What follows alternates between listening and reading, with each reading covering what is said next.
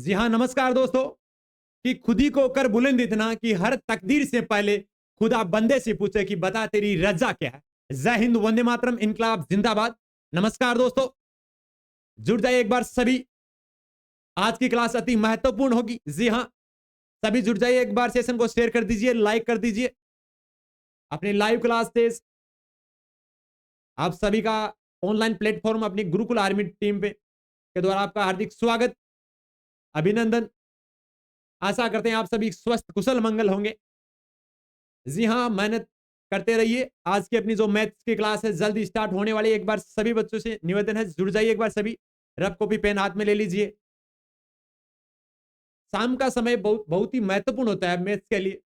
इसीलिए अपने टीम ने ये सोच समझ के जो शाम का समय रखा है लाइव सेशन का, बहुत ही अच्छा है। तो सभी बच्चे एक बार जुड़ जाइए सेशन से। जल्द ही क्लास का आगाज करते हैं। एक बार जुड़ जाइए सभी बच्चे। अपनी जीत बेस अवश्य ही आपको जीत दिलाएगा, चाहे वो आरपीएफ हो, चाहे सीआरपीएफ हो, चाहे सीआईएसएफ हो। और साथ ही जो जिन बच्चों ने अभी 12th पास किए, जी हाँ, जिन बच्चों ने अभी 12th पास किए उन सभी बच्चों से यही निवेदन है कि उनके जो वाई ग्रुप वाला पैटर्न रहेगा और एक्स ग्रुप वाला रहेगा, उनमें मेन मेरिट रहती है मैथ्स पे। तो सभी बच्चे जिन्होंने 12th पास किए अभी, वो बच्चे एक बार इससे अवश्य जुड़ जाए अपना जीत बेस से, कि उसको उन सभी बच्चों को जो अपनी जीत बेस है वो अवश्य ही फायदेमंद होगी। जी हाँ, कि कोशिश करने वालों की कभी हार नहीं होती, कि कोशिश करने वालों की कभी हार नहीं होती और बिना कुछ कहे जय जयकार नहीं होती। जी हाँ, बिल्कुल दोस्तों, एक बार सभी बच्चे जुड़ जाइए, क्लास का आगाज करते हैं। जी हाँ, जुड़ जाइए एक बार सभी बच्चे। जी हाँ, बिल्कुल बिल्कुल, रफ कॉपी पेन हाथ में ले लीजिए। अब क्लास का आगाज करते हैं। स्वागत है सर, मैथ्स फैकल्टी से अपने सर आ रहे हैं आपके बीच। सभी बच्चे एक बार रफ कॉपी पेन हाथ में ले लीजिए, क्योंकि कोशिश करोगे तो एक ना एक दिन आपको सफलता अवश्य मिलेगी। और अपना जीत बेच है बहुत ही महत्वपूर्ण है। जी हाँ, बहुत ही महत्वपूर्ण होगा आपका ये जीत का बेच, चाहे वो कोई सा ही एग्जाम हो। जी हाँ, जुड़ जाइए एक बार सभी बच्चे। जुड़ जाइए एक बार सभी बच्चे, देखते हैं।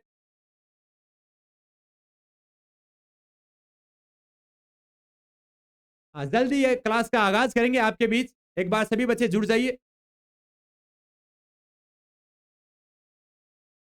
जी बिल्कुल, स्वागत है सर आपका। आइए आज की क्लास का आगाज करते हैं। जी हाँ, आइए सर, बिल्कुल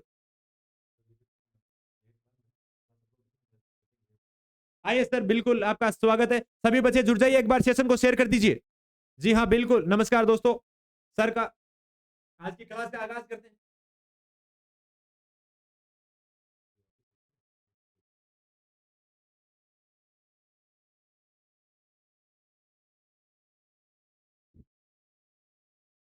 ठीक है, गेट बंद कर दीजिए।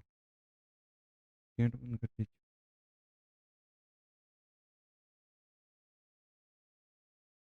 हेलो, नमस्कार, जय हिंद साथियों।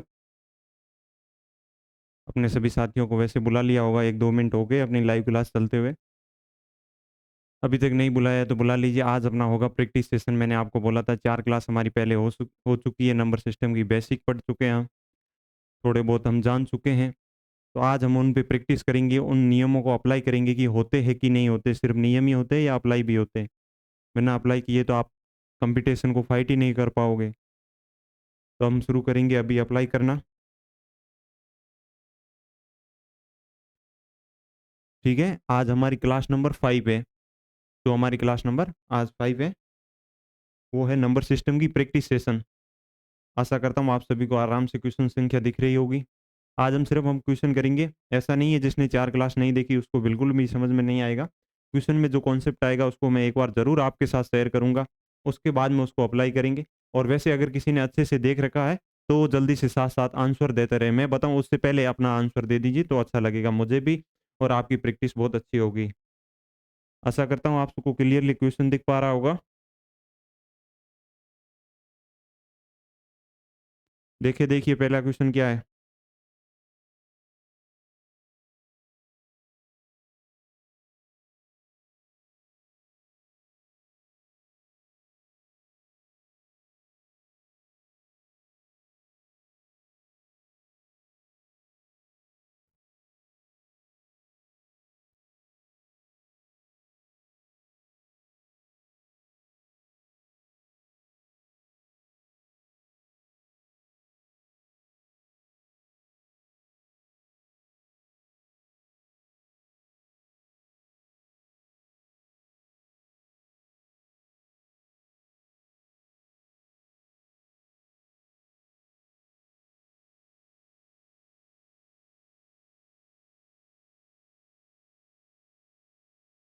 देख पा रहे होंगे आप क्वेश्चन संख्या पहला कि हमारी जो संख्या दे रखी है, ये संख्या है,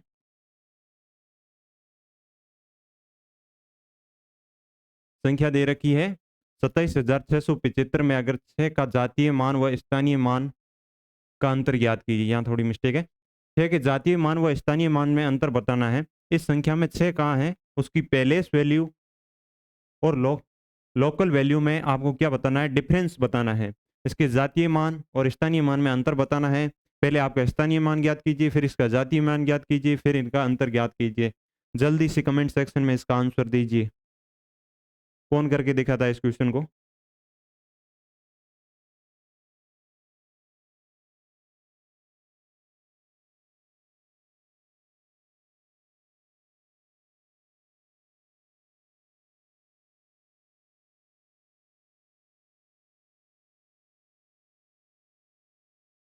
थोड़ा नेटवर्क इश्यू ऐसा क्यों लग रहा है, मुझे भी लग रहा है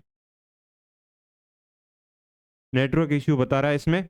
जबकि हाँ, कई बच्चों के आंसर आ रहे हैं, बिल्कुल कईयों के सही आ रहे हैं, कईयों के गलत आंसर आ रहे हैं, दिख रहे हैं मेरे को जो आंसर सेंड कर रहे हो।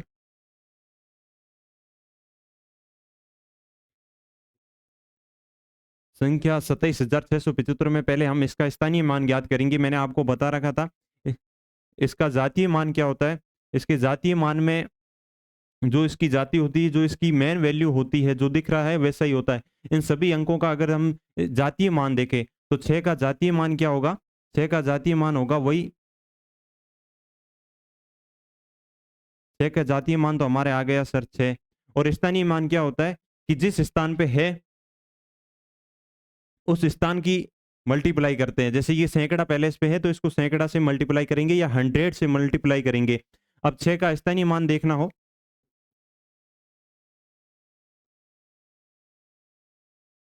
तो हमारा स्थानीय मान कितना हो जाएगा सर, 600 हो जाएगा।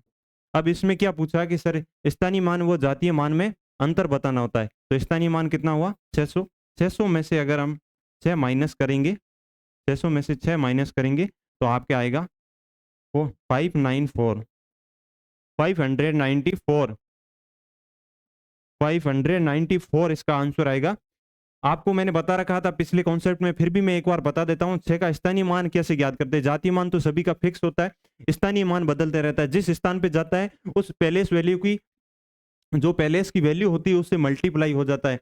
अगर ये इकाई के स्थान पे होता तो सिर्फ 1 से मल्टीप्लाई होता, ये दहाई के स्थान पे होता तो 10 से मल्टीप्लाई होता, ये 100 के स्थान पे इसलिए ये 100 से मल्टीप्लाई होगा। ये अगर 1000 के स्थान पे होता तो ये 1000 से मल्टीप्लाई होता। अगर 10,000 के स्थान पे होता तो 10,000 से मल्टीप्लाई होता। जबकि हमारे यहाँ कहाँ पे है, 100 के स्थान पे है तो सिर्फ इसको 100 से मल्टीप्लाई करेंगे। 6 इंटू 100 करते 600 आएगा। फिर हमारे स्थानीय मान व जातीय मान में अंतर बताना होता है। नेक्स्ट क्वेश्चन है, इसका भी एक बार देख लीजिए, जल्दी जल्दी आंसर देने का प्रयास करेंगे। क्वेश्चन है 578565 5,78,565 में 8 के जातीय मान व स्थानीय मान में अंतर ज्ञात कीजिए। क्वेश्चन वही है, सिर्फ नंबर चेंज है। ये आपकी प्रैक्टिस के लिए, अभी आपने पहले में अगर किसी ने क्लासें नहीं देखी है और पहले क्वेश्चन से जो सीख के आया वो दूसरे क्वेश्चन पे अप्लाई करके जल्दी से जल्दी आंसर देने का प्रयास करें।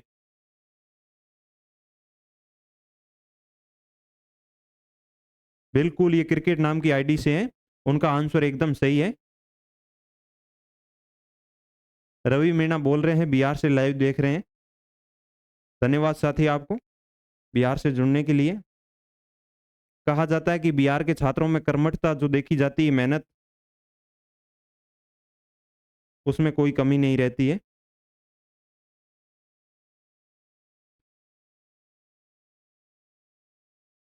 जल्दी से जल्दी इसका आंसर देने का प्रयास कीजिए। नहीं रवि मीणा, इतना कष्ट करने का जरूरत नहीं है आपको। आपको जो सिखाया जा रहा है वो सीखते जाइए। जो यहाँ पे आपको बताया जा रहा है वो सीखिए, एक्स्ट्रा बातें मत कीजिए। मैंने आपको पहले दिन ही बोला था बेफिजूल की बातें मैं न करूंगा, ना आपको करने दूंगा। अगर करनी है तो लाइव बंद कीजिए, अपने इंपोर्टेंट डाटा को बचा के रखिए। मुझे दे रहे हो तो कुछ सीख के जाइए, अन्यथा उस डाटा को खर्च मत कीजिए। रील्स देखने में आपके काम आएगा।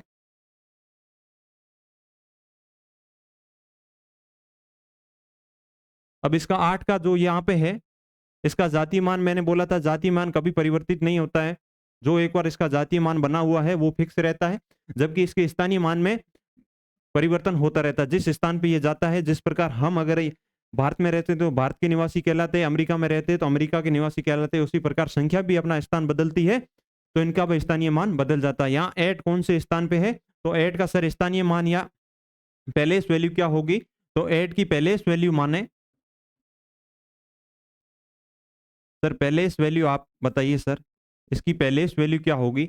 8 इंटू मैंने बोला था जिस स्थान पे है उसका मल्टीप्लाई कर देंगे सर, या 1000 के स्थान पे है तो इसको 1000 से मल्टीप्लाई कर दो आप, 1000 से सर मल्टीप्लाई करते ये आ जाएगा 8000 आंसर आएगा हमारा। ये आंसर नहीं है, ये सिर्फ ये, अब इसमें सी ऑप्शन दे के कोई टिक कर देगा तो गलत हो जाएगा। ऑप्शन ऐसे ही देता है कि आप थोड़ा क्वेश्चन करते हो तो थोड़ा आंसर मिल जाता है और जल्दी से बोलते हैं कि हमारा क्वेश्चन हो गया, जबकि ऐसा कुछ नहीं होता है क्वेश्चन में। अब हमने इसकी पैलेस वैल्यू फिक्स की, अब अपनी इसकी लोकल वैल्यू याद करें तो सर इसकी लोकल वैल्यू फिक्स होती है 8 होती है, तो 8000 में से 8 को माइनस कीजिए, इसमें से 8 को माइनस कीजिए, क्या आएगा हमारे यहाँ 7992, ये हमारा आंसर आएगा 7992 हमारा आंसर आएगा, जो कि ब ऑप्शन में देखने को मिल रहा है। तो इसका मतलब ब ऑप्शन हमारा सही है।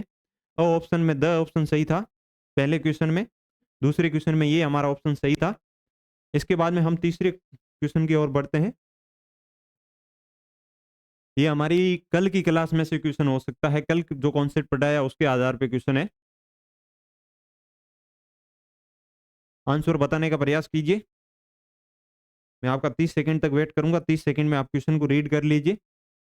आपको एक 8 अंकों की संख्या दे रखी है, वो 45 से विभाजित है, तो बोल रहा है निम्न में नीचे 4-5 संख्या और दे रखी है, तो ये किस किस से विभाजित होगी, ये आपको देख के बताना है। आपके पास 5 ऑप्शन है, पांचों ऑप्शन को देख के बता सकते हो कि ये 45 से विभाजित है तो किस किस से विभाजित होगी। आप इनमें सभी का भाग देकर चेक कर सकते हो। अगर कल का कॉन्सेप्ट पता है तो वैसे भी 1 सेकंड में आंसर बता देते हो, सिर्फ क्वेश्चन पढ़ते ही आंसर सीधा क्लिक करोगे। अगर कल का कॉन्सेप्ट पता है, कॉन्सेप्ट नहीं पता है तो सबका एक एक भाग दे के देख लीजिए।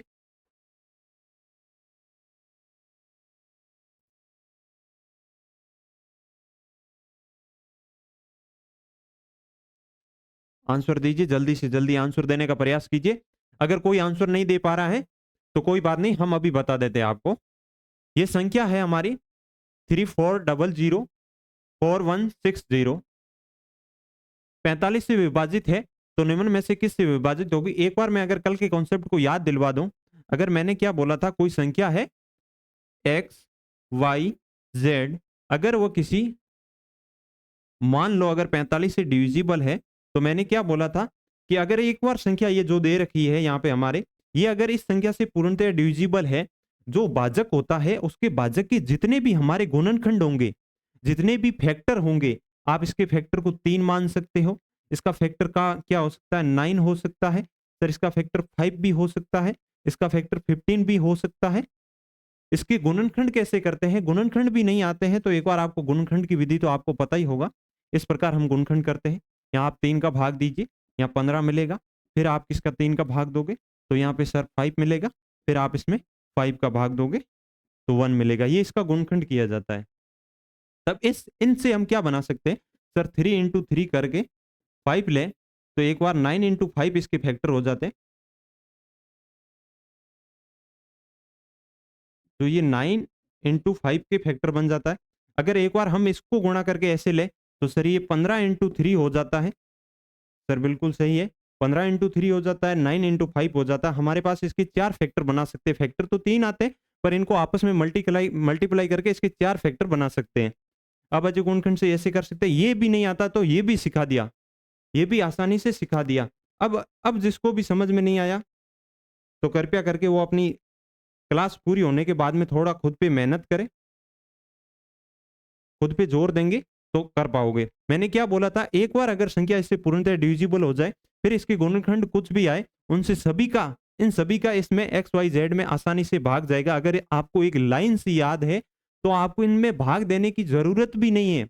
जो भाजकता के नियम बताए थे, 9 का भाजकता के नियम होता है अंकों का योग कीजिए, अगर वो 9 से डिविजिबल है तो वो संख्या 9 से डिविजिबल होगी। आप 15 में देखेंगे, 15 में क्या बता था, इनको ऐसे दो को प्राइम फैक्टर में तोड़ना होता है जिनमें कुछ भी कॉमन नहीं आए। सर इसमें 5 और 3 में तोड़ ले, अगर इन दोनों से डिविजिबल है, 5 से डिविजिबल है, अगर 3 से क्या करेंगे सर, 3 से चेक करेंगे, इनके अंकों का योग करेंगे, अगर इन दोनों पेयर से डिविजिबल है जो को प्राइम फैक्टर बनाए हैं अभाज्य संख्या जिनमें कुछ भी कॉमन नहीं आना चाहिए, सिर्फ 2 फैक्टर होते हैं, इन दोनों से डिविजिबल है तो 15 से भी डिविजिबल होगी।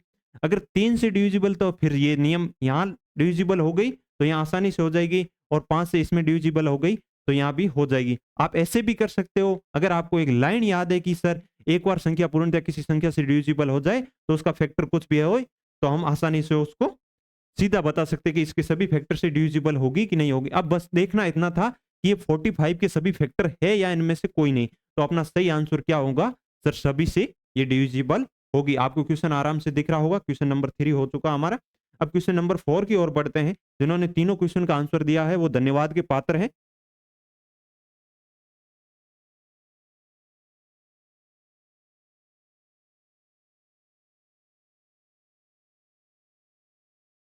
तीनों क्वेश्चन का जिसने भी आंसर दिया वो धन्यवाद का पात्र है। और अब चौथा क्वेश्चन आपके सामने लेके आया हूं। चौथा क्वेश्चन आप पढ़ लीजिए। जिन्होंने 3 नहीं कर पाए वो चौथा करके साबित कर दीजिए कि सर हम भी कमजोर नहीं हैं, हम भी जीत हासिल करेंगे इस जीत बैच में शामिल होके, जो चल रहा है यूट्यूब पे फ्री ऑफ कॉस्ट। आपके सामने है संख्या 68,737 में 8 का स्थानीय मान इसके जातीय मान से कितना गुना अधिक है। बिल्कुल, आपके अंतर नहीं पूछा है, इसके स्थानीय मान और जातीय मान को चेक करना है, फिर बताना है कि इसके जातीय मान से स्थानीय मान कितना अधिक है, ये आपको बताना है। स्थानीय मान और जातीय मान ज्ञात करना मैंने आपको सिखा रखा है, जो जल्दी से आंसर देगा वो धन्यवाद का पात्र बनेगा। गुरुकुल की टीम उसको धन्यवाद देगी। धन्यवाद के साथ साथ हम क्या देंगे, सिलेक्शन भी देंगे सर। क्या लेंगे सर, धन्यवाद तो लेंगे ही, धन्यवाद के साथ सर सिलेक्शन भी लेंगे। बिल्कुल साथियों, सिलेक्शन भी देंगे आपको। आप सर, आप हमारे साथ जुड़े रहिए और जिस प्रकार हम बोले उसी प्रकार आप भी मेहनत करते रहिए। अब इसको करते हैं। इसका 8 का स्थानीय मान क्या होगा सर? 8 का स्थानीय मान सर 8 इंटू कौन से स्थान पे सर? 1000 के स्थान पे, तो 1000 से मल्टीप्लाई। बिल्कुल सर, ये हो गया हमारा 8000। अब इसका जातीय मान फिक्स रहता, कोई परिवर्तन नहीं होता है। सर 8 का जातीय मान क्या होगा? सर सिर्फ 8 होगा। क्या होगी? ये कौन सी होगी? ये हमारी लोकल वैल्यू होगी और ये हमारी पैलेस वैल्यू हो गई। ये लोकल वैल्यू, ये पैलेस वैल्यू। पैलेस वैल्यू 8000 हो गई और लोकल वैल्यू ये हो गई।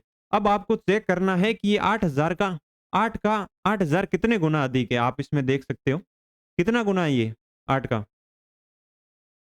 ये तो बता ही सकते हो 8 से ये कितना गुना है। नहीं बता सकते हो तो इसका कम से कम भाग देकर भी चेक कर सकते हो। 8000 में 8 का भाग दोगे तो 1000 बार आएगा। और सीधा डायरेक्ट देख के भी बता सकते हो सर 8 इंटू 1000 गुणा। इसका मतलब क्या हुआ सर कि ये 8 से 1000 गुणा अधिक है। 1000 गुणा, इसका 1000 गुणा है 8 का। ये ऐसे भाग देकर चेक कर सकते हो, फिर भी नहीं पता चले ना, देख से 8 से 8000 को देखने पे आसानी से पता चलता है। जो आप दिल्ली पुलिस की तैयारी कर रहे हैं वो उन सभी साथियों को पता चलता है। अगर आपको शुरुआत में नहीं पता चलता तो आप भाग देकर देख सकते हो कि कितना गुना आ रहा है। तो इसमें इसका आंसर क्या होगा? 1000 गुना। अब ऑप्शन में आप देख के बता दीजिए सर कि ब ऑप्शन सही है। जिसने ब ऑप्शन दिया है वो खुद की पीठ को थपथपाए। कोई साथी है तो साथी को बोलो कि मेरी पीठ को थपथपाए, नहीं तो आप खुद थपथपा के देख लीजिए। नेक्स्ट क्वेश्चन अपना चलते हैं। Question number 5। 5 क्वेश्चन 4 क्वेश्चन कर लिए, वो थोड़े बेसिक थे। अब थोड़ा सा लेवल बढ़ाएंगे। हमारी 4 क्लासों से बाहर कुछ नहीं क्वेश्चन बनाए, मैंने इन 4 क्लासों के अंदर सही क्वेश्चन बना के डाले हैं। उन्हीं नियमों के आधार पर क्वेश्चन डाले आपको। शायद क्वेश्चन आधा दे रखा है सर ने, टाइपिंग में थोड़ी मिस्टेक हो गई। मेरे हिसाब से क्वेश्चन ऐसे था। हाँ, अब आप आसानी से इसको करके दिखाइए।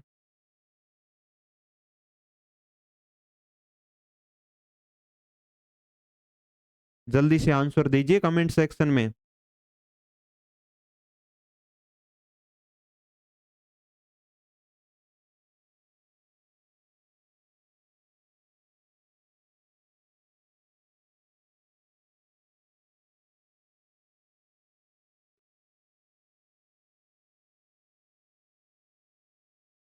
आंसर दीजिए इसका जल्दी, जितना जल्दी हो सके, फिर हम बताते हैं। कल का कॉन्सेप्ट किसको पता है? कल परसों जब भी पढ़ाई, पिछली क्लासों को पढ़ के आया और उसको तो अभी देखते ही बता दिया होगा, नहीं बता दिया तो करके ट्राई कर रहा होगा। जल्दी से आंसर दीजिए कमेंट सेक्शन में। हमारे पास कोई n एक संख्या है, n एक पूर्णांक है जो हमारे सामने दे रखा है, जिसकी n की वैल्यू दे रखी है 6a, 6 4, 6b। इसमें दे रखा है आपको ये n की वैल्यू है तथा n 72 से पूर्णतया विभाजित है। किससे? 72 से पूर्णतया विभाजित है। तो 7a + 5b के क्यूब रूट का मान ज्ञात कीजिए। अब पहले हम इसको यहां से देखेंगे कि जो n का मान दे रखा है वो 72 से पूर्णतया विभाजित है। इसका मतलब मैंने अभी क्या बताया था, 72 से पूर्णतया विभाजित है तो इसके सभी गुणनखंडों से विभाजित होगा। बिल्कुल होगा सर। अगर हमें 72 से अगर कह दे कि सर 72 की भाजकता के नियम कैसे क्रिएट करते हैं, तो सर 72 की भाजकता के नियम क्रिएट करने के लिए हमें इसे क्या करना है, दो को प्राइम फैक्टर में तोड़ना है। को प्राइम फैक्टर मतलब अभाज्य संख्या जिसका HCF 1 हो, जिनके बीच में कुछ भी कॉमन नहीं आता हो सर। 8 × 9 करने पर हमें सर को प्राइम फैक्टर, इनके दो को प्राइम फैक्टर हो गए, एक 8 हो गया, एक 9 हो गया। इनको मल्टीप्लाई करने पर तो 72 तो आता है, जबकि इन दोनों में कुछ भी कॉमन नहीं आता है। इसके आप फैक्टर करके देख लेना, करना चाहो तो 3 × 3 होगा, जबकि इसका 2 × 2 × 2 × 2। अब इन चारों में से और इसमें कुछ भी कॉमन नहीं आ रहा है, तो इसका मतलब ये इसके को प्राइम फैक्टर है। इसका मतलब क्या हुआ, अगर कोई संख्या 72 से डिविजिबल है तो इसके दो गुणनखंड है 8 और 9, 8 और 9 से भी डिविजिबल होगी। अब जिसको 8 का भाजकता का नियम पता है, जिसको 8 का भाजकता का नियम पता है और जिसको 9 का भाजकता का नियम पता है, उससे हम क्या करेंगे, ए और बी की वैल्यू ज्ञात करेंगे। किसकी? ए और बी की, जो हम दो दे रखे हैं, इन दो की वैल्यू ज्ञात करेंगे। अब जल्दी से इनकी वैल्यू ज्ञात करके बताइए कैसे करेंगे। तो पहले हम इसका क्या करेंगे, ऐड का नियम अप्लाई करेंगे। ऐड के नियम मैंने क्या सिखाया था कि अंतिम 3 अंक को देखते हैं। अंतिम 3 अगर 8 से डिविजिबल है तो क्या करेंगे सर, बी का मान आसानी से पता कर लेंगे। अगर अंतिम 3 अंक भी नहीं देखना चाहता है तो बड़ा फील होता है, तो आप क्या करिए, इसको 4 6 बी है। इसमें एक और चीज होती है कि अगर ये जो थर्ड पैलेस की है, अंतिम 2 अंक नहीं, अंतिम तीसरा अंक होता है, अगर ये सम संख्या हो तो अंतिम 2 अंक देख लेने हैं। 8 के नियम में भी अगर ये विषम संख्या हो, इसके अंदर अगर 1 3 5 कुछ भी दे रखा हो इसकी जगह, तो क्या करना होता है, विषम संख्या होने पर इसमें 4 ऐड करना होता है। इसमें 4 ऐड करके बाद में भाग देना होता है। अगर मान लो यहाँ 62 होता तो हम क्या करते, 4 ऐड करके 66 में भाग देते। अगर जबकि यहाँ 4 है तो जो 62 होता तो 62 का 62 ही लेते। अब इसमें आप देख लीजिए 464 में अगर 4 क्या है, सम संख्या, तो इसका मतलब अंतिम क्या होना चाहिए, या 6 और 6b को ही हम देखेंगे। तो 6b में ऐसा क्या हो सकता है जिसमें 8 का पूर्णतया भाग चला जाए। सर ये जो b का मान होगा वो ओनली फॉर एक डिजिट ही होगी। तब 60 से ऐसी ऊपर कौन सी संख्या हो जो 8 से डिविजिबल होती हो और 70 से नीचे हो, तो आपको पता है 8 × 8 क्या होता है, 64 होता है। उसके अलावा 60 और 70 के बीच में ऐसी कोई संख्या नहीं है जो 8 से पूर्णतया डिविजिबल होती है। और जबकि दे रखा है कि 8 से पूर्णतया विभाजित है, दे तो 72 का रखा है, फिर भी इसके हमने नियम से बता रहे हैं कि 8 से तो होगी ही होगी। तो अब इसमें कौन सी आ जाएगी, 8 × 8 करने पर सर 64 आ रहा है। इसका मतलब बी की वैल्यू हमने पता कर ली है। सर बी की वैल्यू क्या पता की है, सर हमने बी की वैल्यू पता की है, बी की वैल्यू आ गई सर हमारे 4 हो गई। अब बी की वैल्यू 4 हो गई तो अब 9 का डिजिटल क्या डिजिट सम करेंगे, 9 का क्या करेंगे, डिजिट सम करेंगे, अंकों का योग करेंगे। अंकों का योग करके 9 की विभाजकता या डिविजिबल रूल से पता कर लेंगे। अब इनके अंकों का योग क्या होगा, सर अंकों का योग होगा 6a + 6 + 4 + 6 + b की वैल्यू कितनी आ गई, 4 आ गई। अब इसको जोड़िए,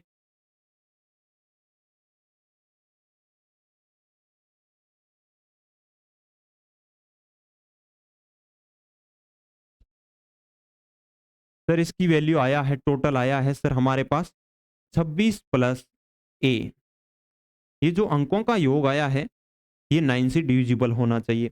अब 26 में ऐसी छोटी सी छोटी संख्या जोड़नी है, वो भी एक डिजिट की, क्योंकि जो यहाँ पे वैल्यू है, यहाँ ए का मान 10 नहीं हो सकता है, 2 डिजिट का नहीं हो सकता, क्योंकि सभी डिजिट सिंगल सिंगल है, तो बी की वैल्यू भी सिंगल डिजिट होगी। तो सर इसके अंदर क्या जोड़े कि 9 से डिविजिबल हो जाए? सर ए की वैल्यू हम अगर 1 रखें तो क्या ये 26 प्लस 1 होता है?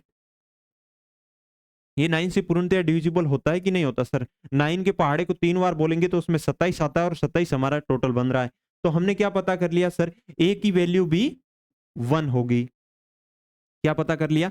ए की वैल्यू भी 1 होगी। हमने दोनों की वैल्यू पता कर ली है। अब हम आगे इसके बढ़ेंगे। अब ए की वैल्यू पता कर ली है, तो अब क्या करेंगे? सर अब हम करेंगे जो हमें पूछा है, क्वेश्चन में क्या पूछा वो करेंगे।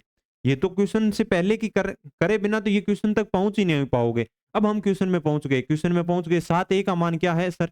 7 इंटू 1 प्लस 5 इंटू बी की वैल्यू कितनी आई है सर? बी की वैल्यू 4 आई है, तो इसका ये 4 लीजिए।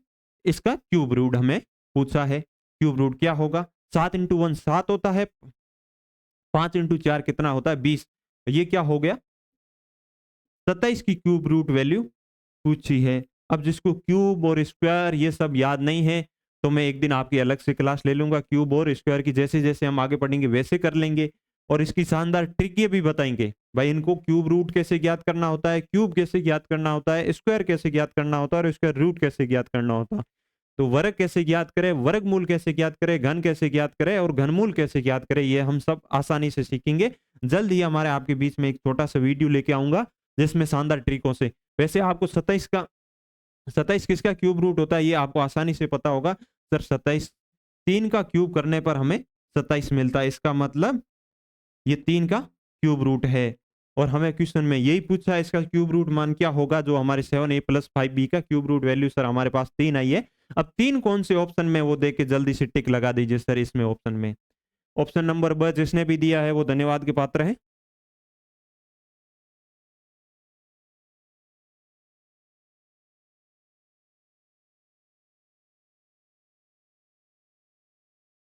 जिसने ब आंसर दिया है वो धन्यवाद के पात्र है। नेक्स्ट क्वेश्चन आप एक बार देख लीजिए, करने का प्रयास कीजिए। एन की वैल्यू दे रखी है, आपकी बोल रखा है कि 90 से डिविजिबल है, तो 8x प्लस 3y का मान क्या होगा?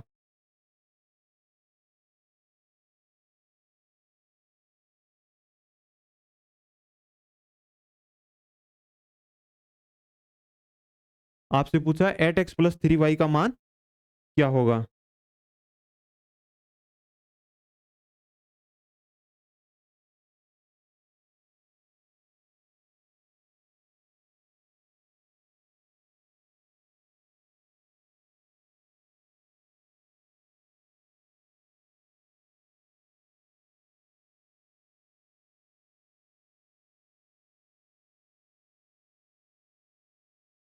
जल्दी से आंसर देने का पता कीजिए।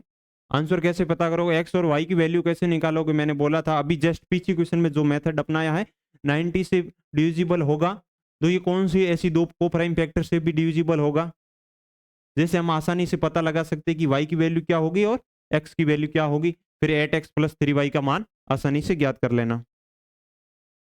एक और मैं साइड हट जाता हूं, जल्दी से कर लीजिए।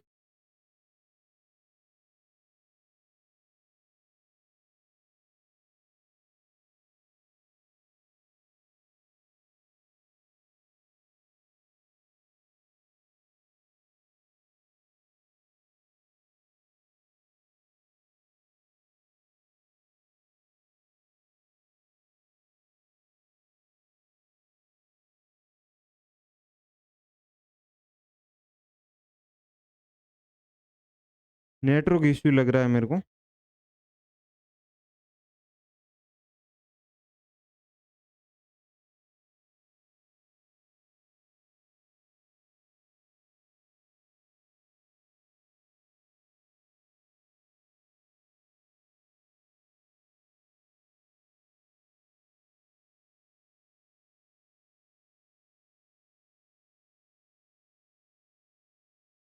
क्वेश्चन नंबर 6 का आंसर दीजिए।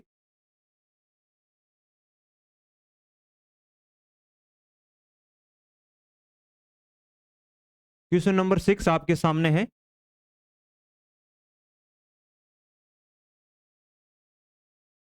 सिक्स बोल रखा है कि n की वैल्यू क्या है 51x 832y है, जो n की वैल्यू है। n 90 से डिविजिबल है, तो 90 से डिविजिबल है। मैंने क्या बोला था, 90 से डिविजिबल है। हमें 90 के भाजकता के नियम से देखें तो इसको दो को प्राइम फैक्टर में तोड़ना होता है सहभाज्य संख्या में सर, जिनमें कुछ भी कॉमन नहीं आना चाहिए सर। एक आप 10 ले लीजिए, एक खुद 9 को ले लीजिए, इनमें दोनों में कुछ भी कॉमन नहीं आएगा। आप इसके अभाज्य गुणनखंड चेक करके चेक कर सकते हो, अन्यथा आप सीधा भी देख के बता रहे हो कि इनमें कुछ कॉमन नहीं आने वाला, बेसिक सी चीज है। तो अगर 10 से डिविजिबल होगी और 9 से भी डिविजिबल होगी तभी तो 90 से डिविजिबल होगी। इसका मतलब ये संख्या 10 से भी डिविजिबल है और 90 से भी डिविजिबल है। 10 से डिविजिबल है, इसका मतलब इकाई का अंक शून्य होना जरूरी है। इसका मतलब सर y की वैल्यू तो देखते ही 0 पता चल गई सर, बिल्कुल। अब इसका 9 का क्या करना है, डिजिट सम करना है। 516 हो जाता है, 14 17 19 सर हमारे पास आया सर 19 प्लस एक्स। हमारे पास जो इनका टोटल आया है वो आया 19 प्लस एक्स। 19 प्लस एक्स, 19 में ऐसा क्या जोड़ा जाए कि वो 9 से पूर्णतया डिविजिबल हो जाए।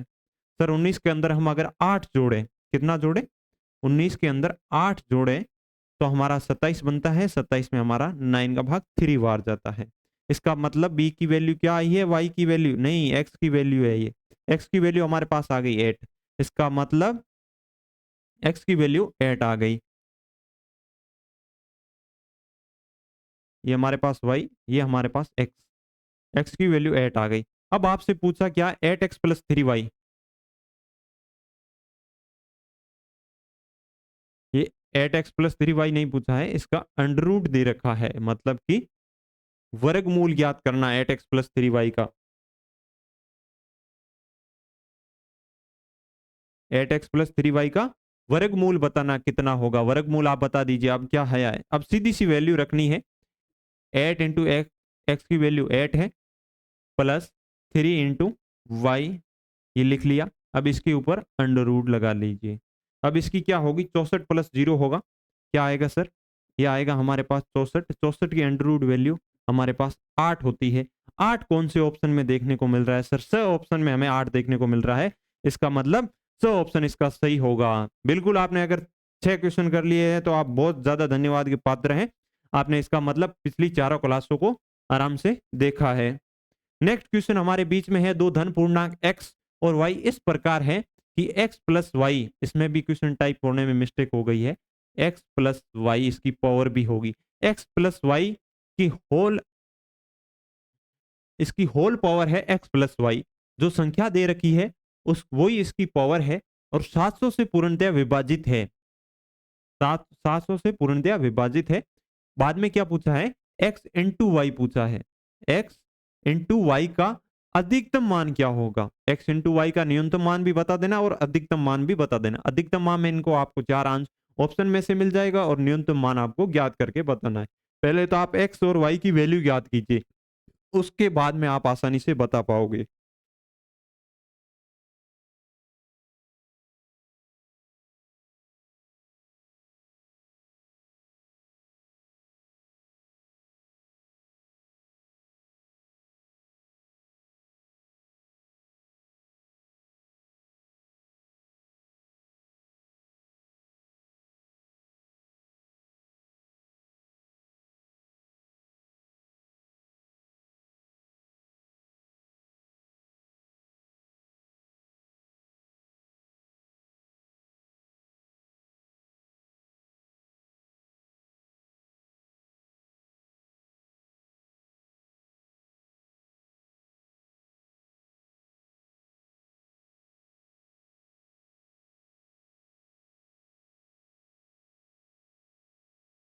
जिन साथी ने अभी तक इसका आंसर नहीं दिया है वो अब यहाँ बोर्ड पे देखना प्रारंभ कर दे। अपनी जो माथापत की थी वो उससे, मेरे को पता है 99% इस क्वेश्चन का आंसर, 99% बच्चे इस क्वेश्चन का आंसर नहीं दे पाए हैं। ये भाजकता के नियम के आधार पर आधारित है। आपको भाजकता के नियम याद है, मेरे को पता है, फिर भी आप इस क्वेश्चन को नहीं कर पाओगे। आप 5 मिनट नहीं 10 मिनट ले लीजिए, आधा घंटा ले लीजिए, आप नहीं कर पाओगे इसका आंसर। कई बच्चे कर देंगे जिनकी प्रैक्टिस सेशन किया हुआ है, जो नए विद्यार्थी है, नई तैयारी शुरू की है, वो नहीं कर पाएंगे। अब x प्लस वाई क्या दे रखा है कि सर हमें x प्लस वाई इसका whole square x plus Y. अब x प्लस वाई एक बार छोड़िए, अगर मान लो मैं इसको एक ही संख्या मानूं, मान लो x प्लस वाई बराबर z है, क्या है, अगर मैं मान लूं x प्लस वाई बराबर z है, तो बताइए z की पावर z करने पर 700 से पूर्णतया विभाजित है। 700 से विभाजित है, इसका मतलब 100 से तो विभाजित होगी, क्योंकि 7 का एक गुणनखंड 100 होता है। बोल रहा है कि ये 100 से पूर्णतया विभाजित है, मैंने क्या बोला था, 100 से पूर्णतया विभाजित है, इसका मतलब इसका दाहिका अंक और इकाई का अंक बिल्कुल भी 0 होगा सर। इसका मतलब इसके दो अंतिम अंक 0 होने चाहिए। अब ऐसी कौन सी संख्या लीजिए जिसकी पावर करने पर अंतिम 0 आ जाए। आप 1 की पावर 1 करके देख लीजिए, 0 नहीं बनेगा। 2 की पावर 2 करके देख लीजिए, 0 नहीं बनेगा। 3 की पावर 3 करके देख लीजिए, 0 नहीं बनेगा। आप कुछ भी करके देख लीजिए, आप चेक करिए, 11, 100 कुछ भी लीजिए, पहले छोटी सी शुरुआत कीजिए, फिर पता कीजिए कि कौन सी संख्या करने पर हमें इसकी वैल्यू जो पता हो रही है 0 हो रही। सर अगर हम 10 की पावर पे 10 करें तो इसकी वैल्यू क्या आएगी सर, 1 के आगे 10 0 लगे मिलेंगे। हमें तो सिर्फ 2 ही चाहिए, 8 तो एक्स्ट्रा में है। इसका मतलब क्या होगा सर, x प्लस वाई की वैल्यू तो फिक्स हो गई सर, z की वैल्यू 10 आ गई है, तो x प्लस वाई की वैल्यू भी 10 होगी, क्योंकि z के बराबर ये दे रखा है। अब मैं आपको बता दूं, अगर मैं कहूं कि हमारे पास x प्लस वाई की वैल्यू आई है, x प्लस वाई बराबर 10 आया है, तो x प्लस वाई बराबर 10 को कैसे करेंगे। x प्लस वाई बराबर, अब मैं आपको क्या बोला कि सर इसकी x इंटू वाई की हमें क्या करनी है, जो हमें x इंटू वाई करना है उसकी हमें अधिकतम वैल्यू ज्ञात करनी है। अधिकतम वैल्यू कब आती है अभी आपको पता चल जाएगा। हम अगर x की वैल्यू को 1 रखें तो सर ये 9 होनी चाहिए, क्यों यहाँ 10 है। x की वैल्यू 2 रखें तो यहाँ 8, x की वैल्यू 3 रखें तो यहाँ 7, x की वैल्यू 4 रखें यहाँ तो यहाँ 6, x की वैल्यू 5 रखें तो यहाँ क्या आ जाएगा 5। अब वापिस इधर से उधर लेके जाओगे तो कोई फर्क नहीं पड़ने वाला है। अब ये जो हमारे x इंटू वाई करना है, तब इन दोनों का मल्टीप्लाई करके देखिए क्या आ रहा है मैक्सिमम। सर इसका मल्टीप्लाई करने पर सर 9 बनेगा, इसका मल्टीप्लाई करने पर 16 बनेगा, इसका मल्टीप्लाई करने पर सर 21 बनेगा, इसका मल्टीप्लाई करने पर सर 24 बनेगा, इसका मल्टीप्लाई करने पर सर 25 बनेगा। और आगे अभी वापिस लेना चाहे तो इधर 6 कर लीजिए, इधर 4 कर लीजिए। अब 6 इंटू 4 का मल्टीप्लाई करने पर फिर से 24 बनेगा। अब क्या आ रहा है बीच में डाउन, आगे आगे आप जैसे जाओगे, यहाँ आप 7 प्लस 3 करोगे तो ये वापिस 21 होगा। ये धीरे धीरे नीचे जाता डाउन हो जाएगा। इसका मतलब क्या हुआ, क्या हुआ सर, हमें अधिकतम वैल्यू क्या प्राप्त हो रही है सर, 5 इंटू 5।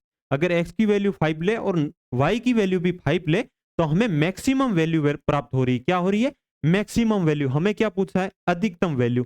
तो सर क्या होगी इसकी सर, अधिकतम वैल्यू 25 होगी। अगर हम न्यूनतम वैल्यू ले लें तो न्यूनतम वैल्यू क्या हो सकती है सर, x का मान आप 0 नहीं रख सकते सर, हम x का मान 0 रखे तो न्यूनतम वैल्यू 0 हो जाएगी। बेटा इसको 0 रखोगे तो ये संख्या ही नहीं बनेगी, ये y बराबर 10 हो जाएगा। इसमें तो x कहीं है ही नहीं, क्योंकि x की वैल्यू 0 हो गई तो इसका मतलब कुछ इसकी वैल्यू है नहीं। x की वैल्यू आप 0 करते ही y बराबर 10 हो जाएगा, जिसमें x है ही नहीं, तो इसका मतलब हम सर 1 को 0 नहीं कर सकते। मतलब दोनों को कुछ ना कुछ मान रखना होगा। एक का हम सर न्यूनतम रखते हैं, क्या करते हैं सर, एक का हम न्यूनतम रखते हैं, एक का न्यूनतम रखते ही दूसरे का मैक्सिमम हो जाएगा, जबकि इनका मल्टीप्लाई सबसे न्यूनतम होगा। अच्छा सर हमने क्या किया है, अगर मैक्सिमम वैल्यू ज्ञात करनी हो मल्टीप्लाई की या गुणा करने पर अधिकतम वैल्यू चाहिए, तो हमें पता चला है कि सर अंकों को जितना ज्यादा पास में रखेंगे, मतलब अंकों का गैप कितना है सर, इसमें गैप शून्य है, 5 और 5 में गैप है ही नहीं, शून्य का गैप है। इसका मतलब मैक्सिमम वैल्यू आ रही। जब इसमें आप देखिए 9 और 1 में सबसे ज्यादा गैप है, तो हमें क्या वैल्यू हो रही है, न्यूनतम वैल्यू प्राप्त हो रही है। ये हमारी न्यूनतम हो गई, ये हमारी अधिकतम हो गई, जबकि हमें पूछा था अधिकतम। अब ऑप्शन में आप अधिकतम 25 जो आंसर है उसको सही कर लीजिए। अब न्यूनतम वैल्यू पता चल गया सर, जो संख्या जितनी दूर होगी, जितना इनके बीच का अंतर मैक्सिमम होगा, उतनी वैल्यू न्यूनतम होगी। जब अंतर ज्यादा हो तो उसका व्युत्क्रम आंसर आता है, मल्टीप्लाई न्यूनतम आता है। जबकि अंतर बहुत कम हो तो गुणनफल ज्यादा आता है। ये दोनों एक दूसरे के व्युत्क्रमानुपाती होते हैं। अंतर इनटू मल्टीप्लाई, अंतर क्या होता है? मल्टीप्लाई का व्युत्क्रमानु इसमें साबित हो रहा है। क्या हो रहा है? मल्टीप्लाई का गुणा का साबित हो रहा है। जिन संख्याओं के बीच में अंतर बहुत कम होगा उसका गुणा बहुत ज्यादा होगा, और जिसका अंतर बहुत ज्यादा होगा उसका गुणा बहुत कम होगा। ये पता चल गया हमें। आप दोनों की देख के बता सकते हो सर इसकी न्यूनतम वैल्यू क्या होगी और अधिकतम वैल्यू क्या होगी। हमें सर अधिकतम पूछा है तो अधिकतम ऑप्शन सी में स में दे रखा है, तो इसका आंसर स सही हो जाएगा। क्वेश्चन नंबर 8 पे जाते हैं हम सर। क्वेश्चन नंबर 8 कीजिए, क्वेश्चन नंबर 8 कीजिए। ये आपके सामने क्वेश्चन नंबर 8 है, 8 को करके दिखाइए, जल्दी से करने का प्रयास कीजिए। एन की वैल्यू दे रखी है और एन को बोला है 45 से पूर्णतया विभाजित है, तो 3p + 2q की वैल्यू बताइए। मैंने इस पे 3-4 क्वेश्चन अभी करवा दिए। पहले जो सेशन में समझाया था वो 3-4 क्लास में वो तो है ही, अभी इस सेशन में कंप्लीटली बता चुका हूं बेसिक से। अब तो कम से कम आंसर दीजिए। अब भी आंसर नहीं दे पा रहे हो तो क्लास को मत लीजिए। क्यों अपना टाइम वेस्ट कर रहे हो? अपने टाइम वेस्ट के साथ साथ अपना डाटा भी खर्च कर रहे हो, डाटा के पैसे लगते हैं, कम से कम पैसे तो बर्बाद मत कीजिए, खुद तो बर्बाद हो रहे हो। अब जिस साथी ने आंसर नहीं दिया उसे ब्लॉक कर दे क्या?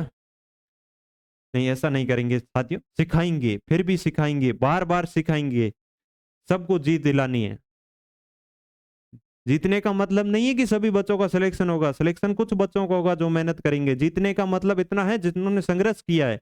जो मैदान में ही नहीं आए उनको क्या पता जीत क्या होती है, हार क्या होती है। हम सिर्फ आपको मैदान में लाएंगे और मैदान में प्रैक्टिस करवा के मंच पे भेजेंगे। वो मर्जी आपकी है, मंच पे कौन जाना चाहता है या वर्दी कौन पहनना चाहता है। जल्दी से आंसर बता दीजिए, मैं आपका वेट कर रहा हूं आंसर का।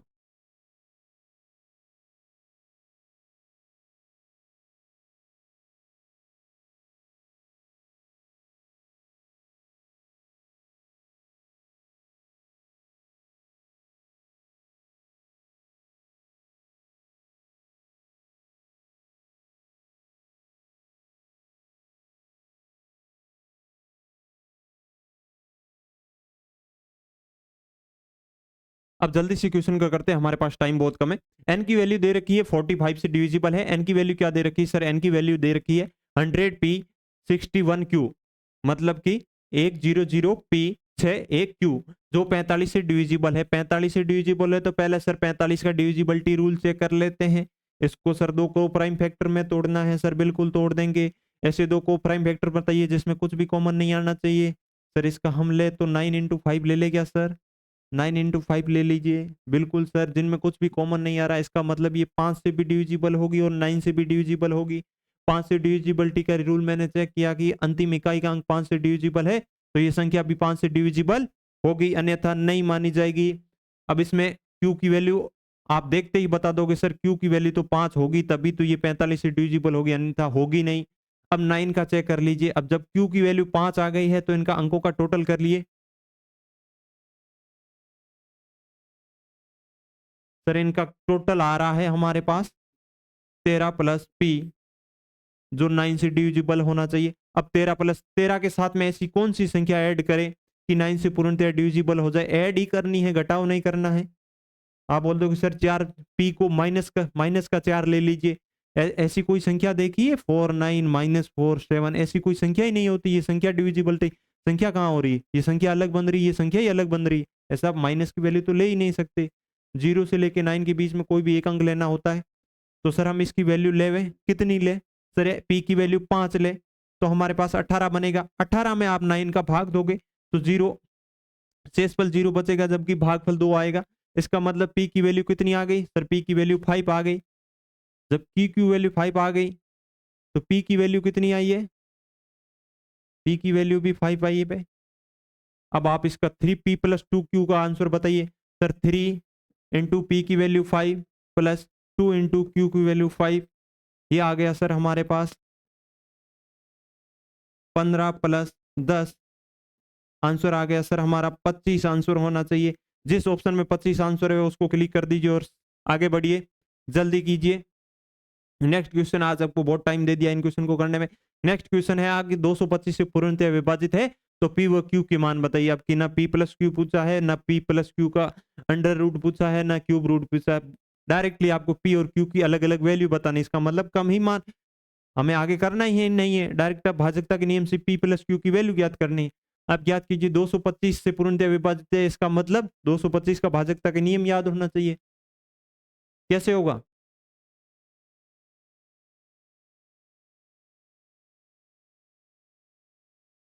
225 एक 5 वाली नहीं में नहीं है, आप ऐसे 25 5 दे के ऐसे सोच लो ना। मैंने आपको कल बताई थी 5 25 125 625, इनके भाजकता के नियम क्या होते हैं? इसमें अंतिम एक अंक चेक करते हैं, इसमें 2, इसमें 3 और इसमें 4, अंतिम 4 अंक चेक करते हैं। जितनी 5 की पावर होती है, ये 5 की पावर 1 है, ये 5 की पावर 2 है, ये 5 की पावर 3 है, ये 5 की पावर 4 है। जितनी पावर होती है उतने अंतिम अंक चेक करते हैं, जबकि ये 225 इसकी लाइन में नहीं है। ये नियम मत बिल्कुल भी लगा देना, लगाओगे तो भुगतोगे, टाइम खराब करोगे और क्वेश्चन से भी रह जाओगे। 225 का वही लगाएंगे, क्या लगाएंगे सर? वो कौन सा? इसको दो कोप्राइम फैक्टर में तोड़ दीजिए। कोप्राइम फैक्टर क्या होंगे इसके? तोड़िए देखें, जिनमें कुछ भी कॉमन नहीं आना चाहिए। सर 25 इंटू 5 ले ले, क्या 25 इंटू 9 ले लीजिए। इसके दो कोप्राइम फैक्टर देखिए, 25 इंटू 9 ले लीजिए ना। 9 में भी ऐसी, इन 9 के फैक्टर करोगे और 25 के फैक्टर करोगे तो दोनों में कुछ भी कॉमन नहीं आने वाला, इनका एचसीएफ एक आने वाला। इसका मतलब क्या हुआ सर कि ये संख्या 25 से भी डिविजिबल होगी और 9 से भी डिविजिबल होगी। अगर 25 से डिविजिबल होगी तो मैंने क्या बोला था, 25 का नियम क्या है? अभी अभी बताया है क्या सर? अंतिम 2 अंक देखेंगे, अंतिम 2 अंक ले लीजिए। 70 और 80 के बीच में ऐसा कौन सा अंक है जो 25 से डिविजिबल हो? सर 25 इंटू 3 75 आता है। इसका मतलब क्यू की वैल्यू हमारे पास फिक्स हो गई। हमें क्यू की वैल्यू पूछी है, क्यू की वैल्यू 5 आ गई सर। अब इसमें क्यू की वैल्यू 5 है, सभी में 5 दे रखा है। पी प्लस क्यू की वैल्यू पूछी है, इसका मतलब हम अभी डिसाइड नहीं कर पाएंगे कौन सा ऑप्शन होगा। अभी हमें क्यों किसकी पी की वैल्यू ज्ञात करनी पड़ेगी। पी की वैल्यू क्या होगी? 25 से तो हमने क्यू की वैल्यू ज्ञात कर ली। अब हम 9 से पी की वैल्यू ज्ञात करें। अंकों का योग कीजिए, सभी अंकों का योग कीजिए, क्या होगा?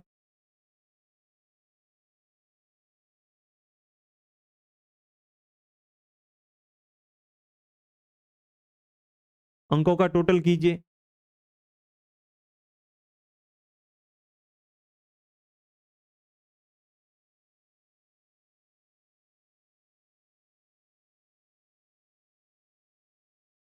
तो टोटल आया है 79 प्लस पी। पी के अंदर ऐसी कौन सी वैल्यू रखे कि 9 से पूर्णतः डिविजिबल हो जाए? पी के अंदर ऐसी कौन सी वैल्यू रखे? सर पी के अंदर आप 7 वैल्यू रखिए, मतलब कि पी का मान 7 रखोगे। जब आप पी का मान 7 रखोगे तो ये 36 बनेगा। 36 में 9 का भाग आराम से जाता है, वो भी 4 बार जाता है। इसका मतलब पी की वैल्यू कितनी हुई? 7। पी की वैल्यू 7 और क्यू की वैल्यू 5। कौन से ऑप्शन में सर? स ऑप्शन में। इसका मतलब स ऑप्शन हमारा सही होगा। आशा करता हूं आपको सभी क्वेश्चन समझ में आ रहे होंगे, एक से एक क्वेश्चन आपको समझ में आ रहा है। नेक्स्ट क्वेश्चन है एक्स वाई जेड 3 धनात्मक विषम संख्या इस प्रकार है कि y माइनस एक्स बराबर 2 है और z माइनस वाई बराबर 2 है, तो x प्लस जेड निम्न में से किससे विभाजित नहीं होगा? अगर किसी को क्वेश्चन नहीं दिख रहा है तो मैं क्वेश्चन को एक बार बड़ा कर देता हूं आपके सामने। अब तो आसानी से क्वेश्चन दिख रहा होगा। एक्स वाई जेड 3 धनात्मक विषम संख्या है। क्वेश्चन को बड़ा ध्यान से पढ़ना, एक एक वर्ड पे गौर करना है। एक्स वाई जेड 3 धनात्मक विषम संख्या इस प्रकार है कि y माइनस एक्स बराबर 2 है और z माइनस वाई बराबर 2 है, तो x plus Z, sorry sorry sorry, x plus Z है। हमारा जो x प्लस जेड है वो किससे विभाजित नहीं होगा? इन चारों ऑप्शन में से। ऑप्शन नंबर हमारे 4 क्या है? चार ऑप्शन आपको दिख दिख जा रहे होंगे।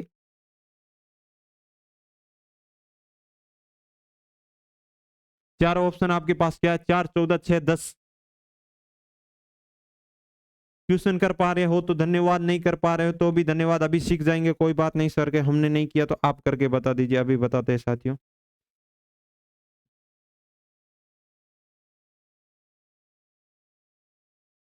अभी करके बताते, बेसिक से बताते।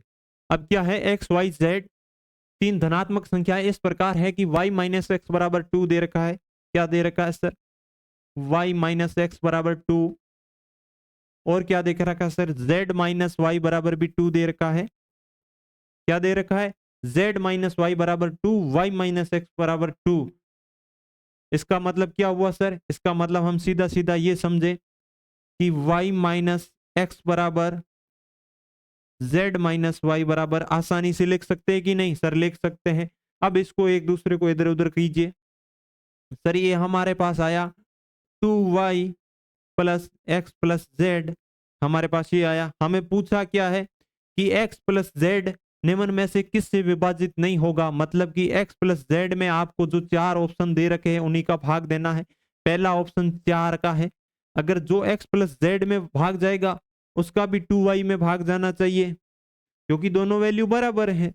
अगर आप कोई भी वैल्यू रखोगे, 1 2 रख के देख लीजिए, जब इसकी 1 प्लस 2 रखोगे, 1 प्लस 2 रखोगे, कुछ भी वैल्यू रखोगे तो इन दोनों की वैल्यू बराबर सेटिस्फेक्शन करना चाहिए। यहाँ 24 आए तो यहाँ भी 24 बननी चाहिए। तो सर x प्लस जेड से जो 4 से डिविजिबल होगी तो 2y भी 4 से डिविजिबल होनी चाहिए। हम पहला ऑप्शन भी रख के चेक करते हैं सर, इनमें से किस में भाग देंगे। सर अगर जो x प्लस जेड में भाग जाएगा उसी का भाग 2y में जाना चाहिए, तो हम 2y में लेते हैं, 4 का भाग दीजिए। अब 2 इंटू वाई दे रखा है, 2 इंटू वाई की वैल्यू हमें क्या है, y की वैल्यू अभी अभी बोला थी कि y एक विषम धनात्मक संख्या है, धनात्मक विषम संख्या है। इसका मतलब यहाँ क्या होगी, कोई धनात्मक विषम संख्या होगी। आप कोई भी एक से लेके विषम संख्या चालू होते कोई भी विषम संख्या लीजिए, अगर जब 2 इंटू 1 रखोगे तो 2 आएगा,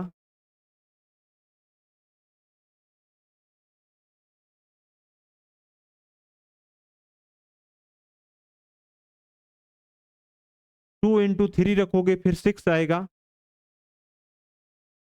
2 में 4 का भाग दिया, 1 रखने पर सर 2 आया, 3 रखने पर हमारे सर 6 आया, 6 में 4 का भाग दिया, इसमें भी नहीं गया।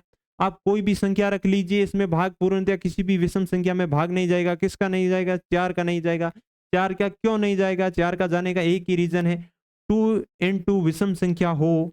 ये देखिए कैसे नहीं जाएगा, बेसिक सा नियम है, कुछ भी नहीं जानना है। इसमें आप 4 का भाग दोगे तो ये इससे 2 बार कट जाएगा। अब विषम संख्या बट्टा 2, विषम संख्या बट्टा 2 बचा है। विषम संख्या की परिभाषा क्या होती है आपने सीखी होगी, जिस संख्या में 2 का भाग नहीं जाता वो विषम संख्या कहलाती। तो ये कह रहा है विषम संख्या में 2 का भाग जाना चाहिए, जो कि नॉट पॉसिबल, क्योंकि इसकी परिभाषा ही खंडित हो जाएगी, ऐसा पॉसिबल नहीं है। इसका मतलब सर ऑप्शन सही है क्या, एक बार रुक लीजिए, दूसरे भी चेक कर लीजिए। यहाँ वहां पे क्या बोल रहा है 14, भाई 2 इंटू 2 के मल्टीप्लाई में ऐसा क्या रखें कि 14 आ जाए। सर इसका 14 से डिविजिबल हो जाए। इसके अंदर आप कौन सी भी वैल्यू रखोगे, सर हम इसके अंदर 7 कौन सी रखनी है, ओनली फॉर विषम संख्या। अब इसमें आप 14 का भाग दीजिए, सर आसानी से जा रहा है। इसका मतलब कोई भी वैल्यू रखिए, भाग नहीं जाना चाहिए, मतलब कि 7 रखने पर भाग जा रहा है, इसका मतलब नियम का खंडन हो रहा है। वो ऑप्शन गलत हो गया। सब भी आप चेक करोगे, 3 रखोगे तो 6 आ जाएगा, 2 इंटू 3 करोगे 6, 6 में 6 का भाग चला जाएगा, फिर भी इसका भी खंडन हो जाएगा। जब इसकी यहाँ वैल्यू विषम संख्या 5 रखोगे तो भी 10 आ जाएगा, तब भी ये गलत हो जाएगा। सर हमारा ऑप्शन सही होना चाहिए, बिल्कुल ऑप्शन सही होना चाहिए। बेसिक सा नियम है, 2 इंटू विषम संख्या बटा 4, 2 और 4 कट जाएगा, विषम संख्या बटा 2 बचेगा, जो परिभाषा का ही खंडन कर रहा है। तो ये कैसे आंसर दे सकता है, इसका मतलब ये आंसर बेसिक से क्वेश्चन है, इनकी लैंग्वेज चेंज कर रहा है और कुछ नहीं। लैंग्वेज देख के आप डर रहे हो सर कि हम नहीं कर पा रहे, लैंग्वेज देख के डरना नहीं है साथियों। यहाँ प्रैक्टिस करोगे, फिर भी आप एग्जाम में लैंग्वेज से डरोगे तो दिक्कत हो जाएगी। तभी तो कह रहा हूं मेरे साथ प्रैक्टिस करने का प्रयास कीजिए। नेक्स्ट क्वेश्चन आपके सामने, आज हमारी 10 क्वेश्चन लेके आया था, शायद तक 10 क्वेश्चन पूरे भी हो गए और अपना अच्छा खासा टाइम भी हो गया। अब जिनको मैंने एक चीज और सिखा देता हूँ, जो जिन्होंने नहीं सीखी है, एक चीज और यहाँ सीख लीजिए कि हमने जो अभी क्या बताया था, जातीय मान और स्थानीय मान ज्ञात करना हो तो क्या करते हैं सर, इसका 6 2 5 3, इसका अगर हम 2 का जातीय मान पूछे सर, हमें 2 का जातीय मान फिक्स रहता है, स्थानीय मान अभी यहाँ 200 बन रहा है, यहाँ स्थानीय मान 200 बन रहा है।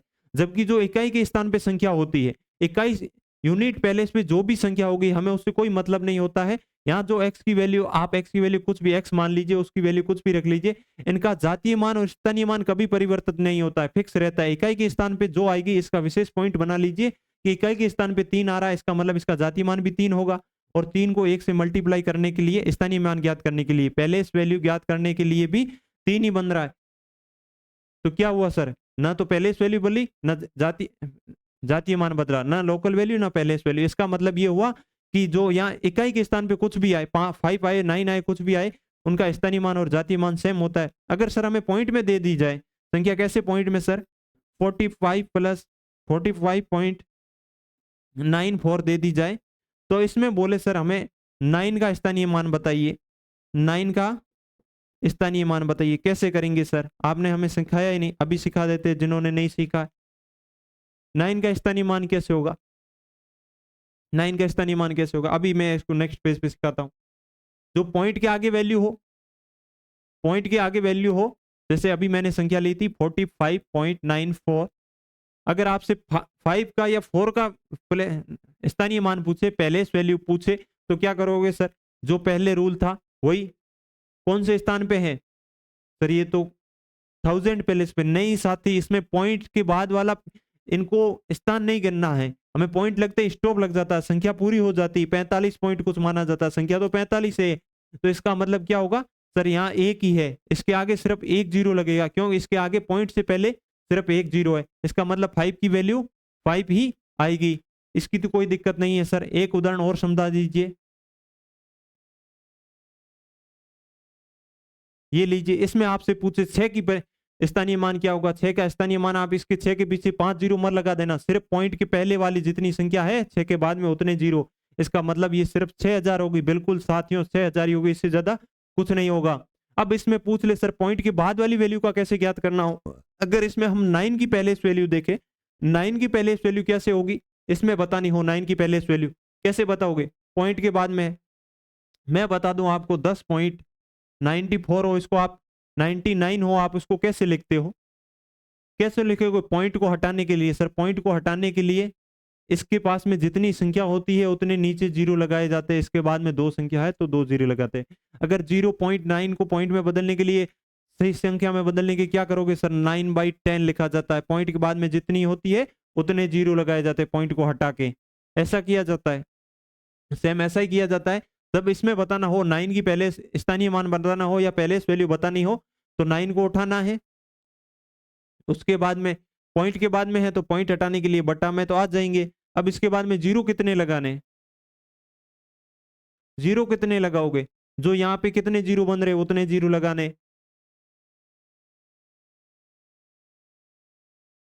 कितने जीरो लगाओगे, इसके बट्टा में भेजने के बाद में 9 के बाद में कितनी संख्याएं हैं सर, एक संख्या है, इसका मतलब इसके पीछे एक जीरो। 9 के बाद में अगर इसकी 4 की पूछे तो 4 के पीछे कोई जरूरी नहीं है, तो इसका स्थानीय मान भी कुछ नहीं होगा, इसका स्थानीय मान भी कुछ नहीं होगा। बिल्कुल साफ हमने सीख लिया सर, पॉइंट के बाद में होता है तो बटे में जीरो भेजना होता है, जबकि पॉइंट से पहले इसके पीछे जीरो लगाना होता है। पॉइंट के बाद में बटे में जीरो क्यों भेजते हैं, इसकी बेसिक सा नियम है, इसको पॉइंट हटाने के लिए यही विधि होती, इसलिए हम बेसिक से जीरो भेजें। आशा करता हूँ आपको पूरी क्लास आपको आज आसानी से समझ में आई होंगी। जो हमने ये 10 क्वेश्चन किए वो आपने भी साथ साथ करने का प्रयास किया होगा। कल हम नया टॉपिक शुरू करेंगे, नंबर सिस्टम का ही कोई अगला टॉपिक या अगली चीज कोई उठाएंगे, उसको सीखेंगे, उस पर प्रैक्टिस सेशन में चूक मत जाना, किसी भी हालत में उसको प्रैक्टिस सेशन में हल करके दिखाना है। विदा लेना चाहेंगे आपसे इस क्लास को एंड करके। आज की क्लास यहीं समाप्त करते हैं। जय हिंद साथियों, क्लास अच्छी लगी होगी, अभी भी आपको लगा हो कि बहुत अच्छी चीजें सीखी, और जिन जिन साथियों को सिखानी चाहिए अपने साथ किसी जॉब को ले, किसी जॉब में किसी साथी को लेना चाहते हो या अपने साथ किसी को ड्यूटी करवाना चाहते हो, तो उसको शेयर करना बिल्कुल भी नहीं भूले कि आजा कि मैथ की क्लास शाम को डेली 8 बजे हमें लाइव देखने को मिलती है, और जब तक हमारी एग्जाम नहीं होगी, जब तक जीत बैच चलेगा, तो भी आ जाओ, और मैं भी तैयारी कर रहा हूँ, दोनों करेंगे तैयारी मिलके, और दिन को हम दोनों मिलके प्रैक्टिस करेंगे। जो मेरे को नहीं आए वो तू बता देना, तेरे को नहीं आए वो मैं बता दूंगा, हम दोनों को नहीं आएंगे वो हमारे सर बता देंगे शाम को 8 बजे। जय हिंद साथियों, नमस्कार। कल 8 बजे जुड़ना बिल्कुल भी ना भूले। इसी प्रकार, थैंक यू।